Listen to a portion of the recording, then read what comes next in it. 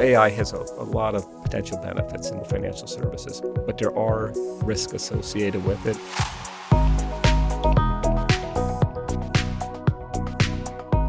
Hi, and welcome to GAO's Watchdog Report, your source for fact-based, nonpartisan news and information from the U.S. Government Accountability Office. I'm your host, Holly Hobbs. The financial services sector, which includes things like banks, investment firms, and Wall Street, is increasingly using artificial intelligence to automate services and decisions. While this could provide benefits to consumers, it also comes with some risks. Here to tell us more about this issue is GAO's Michael Clements, who led work for a new report about this topic. Thanks for joining us. I'm pleased to be here, Holly. Mike, maybe we can start with, how is AI currently being used by the financial sector, and how widely is it being used? Sure. So there's a variety of flavors of AI. One is machine learning, where the computer simply gets better at a given task as each time it learns what it's doing. The more current, updated version is generative AI, where the computer is in fact creating new content. So I do that introduction because in the financial services industry, what we're mostly dealing with at this point is machine learning for internal functions, sort of thinking back office type of activities at the firm. So we can think of a couple of examples. One would be illicit finance. Financial institutions are required to help root out money laundering, terrorism financing, other sort of criminal activities. And AI can really be beneficial in this space by going through tremendous numbers of transactions and finding that kernel of a pattern that could illustrate illicit activities. That's a type of back office functionality that can be very beneficial. Another function is automated trading. In this case, the firm is trading securities such as stocks, and it can be very effective at doing those type of activities. We're focused mostly on back office machine learning. There is some customer-facing activities. Some of our viewers, when they get on a web page, they may see the little box pop up and ask you if you need help or question. That's essentially artificial intelligence, right? It allows you to type in a question and get an answer back. But again, mostly what we're looking at this point are sort of these back office machine learning type of activities. That all sounds like positives. So what's the concern here? There are benefits to those type of activities, right? It helps lower cost, enhancing customer experiences, and also expanding access to service, which is really critical in financial services because we still have a large number of people who don't have access to services. But you're right to point out some of the concerns in this space. A lot of the concerns really are just perpetuating risks that already exist, that artificial intelligence just continues those patterns moving forward. A few examples. One would be in the space of fair lending. Lenders are not allowed to consider factors such as the borrower's age, gender, ethnicity, and race in making decisions. But to the extent that that's happened in the past and an AI model is learning based upon the past, it could perpetuate fair lending problems moving forward. Similar with conflicts of interest. In some instances, the firm is required to be a fiduciary. The firm is required to act in the customer's best interest, but somehow, that can bump up against the firm's profit motive. Again, to the extent that there were problems in the past, right, those could be perpetuated moving forward. There are some unique problems associated with AI that might pop up. One is known as herding.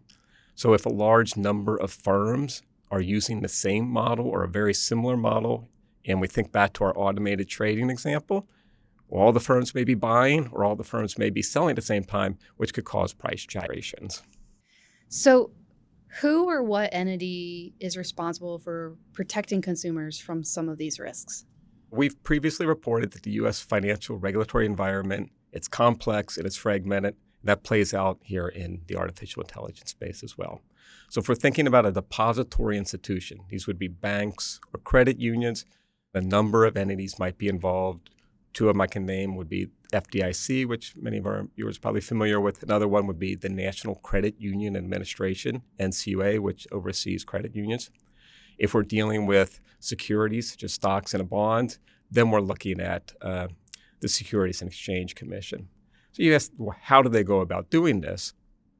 For the most part at this point, they're relying on existing laws, regulations, and guidance. To some extent, the agencies are technologically agnostic.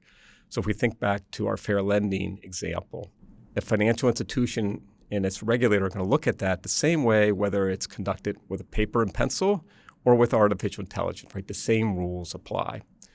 That said, there's a few instances where the regulators have provided some guidance, and in one case, that was with artificial intelligence and its interaction with lending.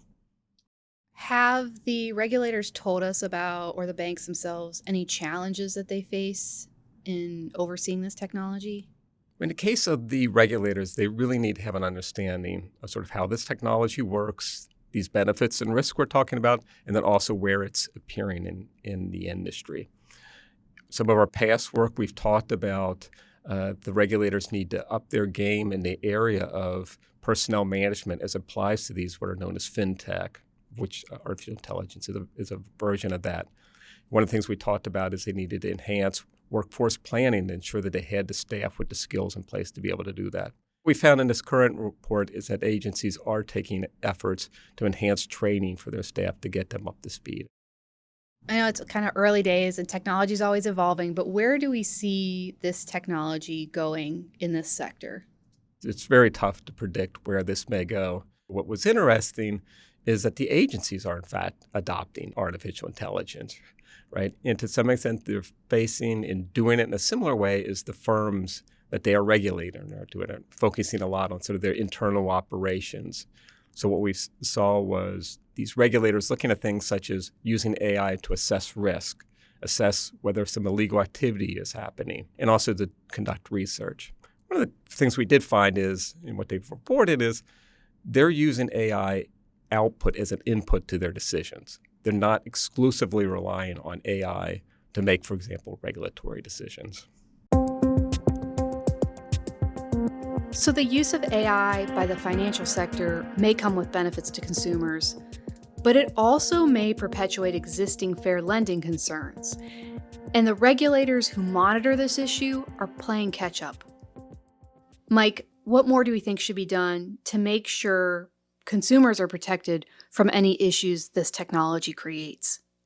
We identified two gaps in this area, and actually both relate to credit unions and NCUA.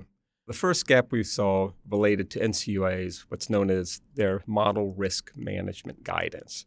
Right? Credit unions and really all sort of financial institutions rely on models, one of which is an AI model, right? And so the regulators produce this model risk management guidance to help both their staff understand and evaluate firms, but also help the firms understand. And what we found is NCUA's guidance was not as robust as it could have been. So we have a recommendation there for them to enhance their guidance. The second challenge we found within NCUA concerns its authority to look at third-party service providers. Now, in many instances, a credit union or even for smaller banks, they're not developing AI models, right? They'll rely on a third-party vendor to do that. In the case of banks, the banking regulators have the authority to monitor and oversee those third-party service providers. NCUA does not. And so we think that's been an area of risk. We've in the past recommended to Congress consider giving NCUA that authority, and we've recommended that again this time. And last question, what's the bottom line of this report? AI has a lot of potential benefits in this space in terms of lowering costs that we've talked about, enhancing customer service, and really getting at perhaps creating more accessible financial services. But there are risks associated with it. And what we've seen at this point is that both the firms and the regulators are moving forward with it, adopting it, but doing so in a cautious manner. That was Mike Clements talking about our new report on AI use in financial services. Thanks for your time, Mike. Thanks for having me. And thank you for listening to the Watchdog Report. To hear more podcasts, subscribe to us on Apple Podcasts, Spotify, or wherever you listen. And make sure to leave a rating and review to let others know about the work we're doing. For more from the Congressional Watchdog, the U.S. Government Accountability Office, visit us at gao.gov.